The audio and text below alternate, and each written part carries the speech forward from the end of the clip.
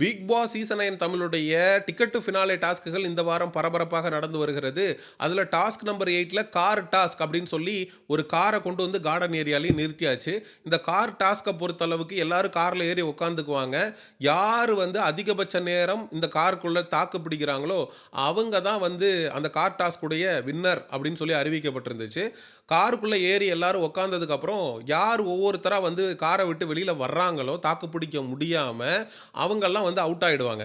So அவங்களா இறங்கி வெளியில வர்றது அப்படிங்கிறது ஒண்ணு. ஆனா உள்ள உட்கார்ந்து இருக்கக்கூடிய நபர புடிச்சு கீழ தள்ளி விடுறது அப்படிங்கிறது இன்னொன்னு. சாண்ட்ராவ கமருதீன் லிட்டரலா அந்த கார்ல இருந்து கீழ தள்ளி விட்டதாக சொல்லப்படுகிறது. கீழ விழுந்த சாண்ட்ராவுக்கு மிகப்பெரிய அளவுல அடிபட்டு அவங்க வந்து மருத்துவமனையில போய் சிகிச்சை எடுத்துட்டு திரும்ப பிக் பாஸ் வீட்டுக்குள்ள வந்ததாக சொல்லப்படுகிறது. எந்த அளவுக்கு கேவலமான ஒரு மனநல கொண்டவனா இருந்தா, இப்படி ஒரு காரியத்த ஒரு பெண்ணென்றும் பாராமல் கமருதீன் பண்ணியிருப்பான் அப்படின்றத மக்களாகிய நீங்க சிந்திச்சு பார்க்கணும். கமருதீன் அந்த கார்ல உட்கார்ந்து சாண்ட்ராவ பண்ண மென்டல் டார்ச்சர ப்ரோமோல காட்டியிருப்பாங்க. உண்மையிலே பார்க்கறதுக்கு ரொம்ப நெருடலா இருந்துச்சு. ஏன்னா, அவன் வார்த்தை பிரயோகம் சாண்ட்ராவ நோக்கி பண்ணதெல்லாம், "நீ பெரிய இவளாடி, பொறுக்கி, நீ எல்லாம் ஒரு ஆளாடி." இன்னும் சொல்லப்போனா கெட்ட வார்த்தைகள பேசி சாண்ட்ராவ ரொம்ப கேவலமா பேசுறான். அத பல இடங்கள்ல மியூட் பண்ணி தான் ப்ரோமோவே வந்திருக்கு. "டேய்! அடுத்தவன் பொண்டாட்டிய வாடி, போடி, அவளே, இவளேன்னு கெட்ட வார்த்தையில பேசுற நீ எவ்ளோ பெரிய மானங்கெட்டவன் தெரியுமா? நீ ஒரு உண்மையான ஆம்பளையா இருந்திருந்தா, பிரஜன் சாண்ட்ராவோட புருஷன் பிரஜன் பிக் பாஸ் வீட்டுக்குள்ள இருந்திருந்தார்ல, அப்ப நீ சாண்ட்ராவ பார்த்து இந்த அளவுக்கு கேவலமா பேசியிருந்தா, அவன் உன்னை என்ன பண்ணியிருப்பாங்கிறது உனக்கு தெரியும். அவன் பிக் பாஸ் வீட்ட விட்டு வெளியில போய்ட்டான். சாண்ட்ரா உள்ள தனியா தானே இருக்கா. அவள கேட்கறதுக்கோ, இல்ல அவளுக்காக வந்து நிக்கிறதுக்கோ யாரும் இல்ல அப்படிங்கிற திமிருல இந்த பொறுக்கி கமருதீன் இப்படியெல்லாம் தரம் தாழ்ந்த வார்த்தைகள ஒரு பெண்ணுக்கு எதிராக பயன்படுத்துறான் அப்படின்னா, எந்த அளவுக்கு கேவலமானவன் அப்படிங்கிறத யோசிங்க. டேய்! அந்த சாண்ட்ராவ நீ பேசும்போது, சாண்ட்ராவுடைய அந்த 2 பிஞ்சு குழந்தைங்க வந்துட்டு போனது உன் கண்ணுக்கு வரலையாடா? உன் அறிவுக்கு எட்டல. நம்ம அம்மாவ வந்து இப்படி ஒருத்தன் பேசுறானேன்னு வெளியில அந்த குழந்தைங்க எப்புட்றா இருக்கும்? அவங்களுடைய மனநிலை என்னவாடா இருக்கும்? இவ்ளோ கேவலமா கெட்ட வார்த்தையில நம்ம அம்மாவ ஒருத்தன் இப்படி பேசுறானே, கார்ல இருந்து கீழ தள்ளி விடுறானே, அவங்கள ஹாஸ்பிட்டல் கூட்டிட்டு போய் ட்ரீட்மெண்ட் பண்ணி கொண்டு வர்ற அளவுக்கு நம்ம அம்மாவுடைய நிலைமை போயிடுச்சே, அப்படின்னு ஒரு ட்ராமால போயிட மாட்டாங்க அந்த குழந்தைங்க இத பார்க்கும்போது. கொஞ்சம் கூட ஈவிரக்கம், மனசாட்சி அப்படின்னு ஒண்ணு இல்லாம, இந்த பொறுக்கி கேவலம் ஒரு டிக்கெட் டூ ஃபினாலே டாஸ்க்க ஜெயிக்கணுன்றதுக்காக, டேய்! இந்த இடத்துல உண்மையிலேயே சபரி ஜெயிச்சிட்டான்டா. சபரி டாப்ல இருந்தான் இந்த பர்ட்டிகுலர் டாஸ்க்ல. நமக்கு வந்திருக்கக்கூடிய தகவல் என்னன்னா, சாண்ட்ரா வந்து கீழ விழுந்ததும், அடுத்த நிமிஷம் சபரி வந்து கார விட்டு இறங்குனதாக சொல்லப்படுது. இது எந்த அளவுக்கு உண்மைன்னு தெரியல.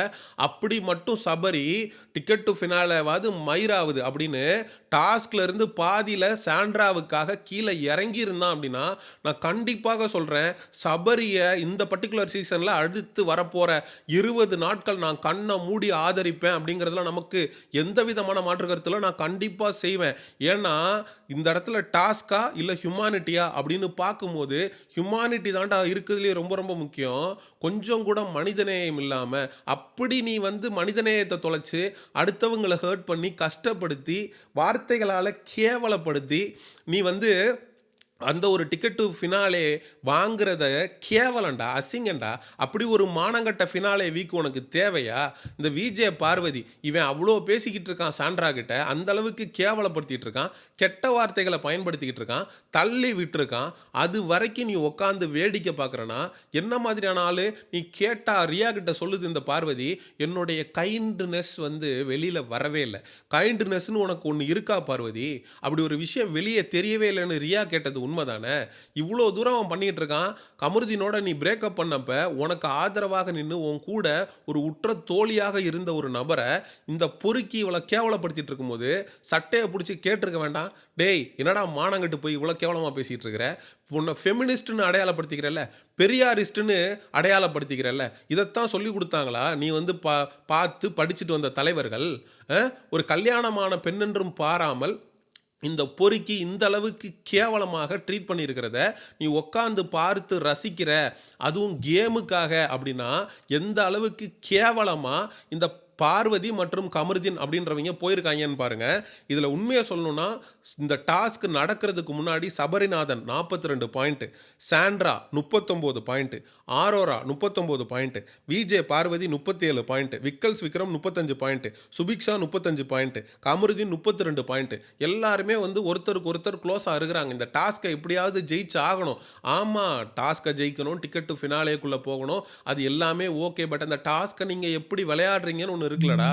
சபரி 42 பாயிண்ட்ல இருக்கிறவன் சாண்ட்ராக்கு ஒண்ணுனோனே கீழே இறங்கியிருக்கான். ஆனா இவனுங்க எவனும் இறங்கல.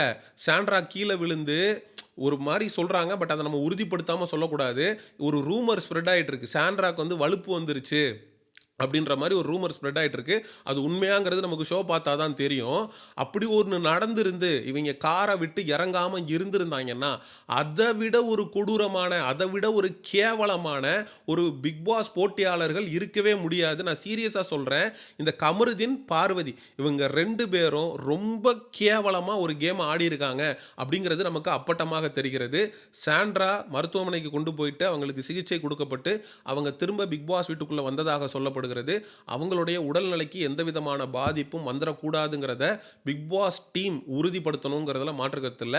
சபரியும் விக்கல்ஸ் விக்ரமும் டேய் வெளில வாடா, நம்ம 2 பேரும் அடிச்சுட்டு வீட்டுக்கு போலாம். சபரி எல்லாம் இவ்வளோ கோவப்பட்டு நம்ம பார்த்ததே இல்லை. கனித்திரு போனதுக்கப்புறம் வேற ஒரு சபரியை நம்மளால பார்க்க முடியுது. அம்மா அம்மான்னு சொல்லிட்டு அம்மாவே பிடிச்சி கீழே தள்ளி விட்டுருக்கிறியடா அப்படின்னு சொல்லி அவன் கேட்குற கேள்வி நாக்கா பிடிங்கிட்டு சாகிற மாதிரி இருந்துச்சு. சீரியஸாக சொல்கிறேன். கமருதி டேய் சபரி, நீ உண்மையிலேயே வந்து டாஸ்க்கு இந்த டிடிஎஃப் தோக்கலாம்டா, டைட்டிலை தோக்கலாம்டா.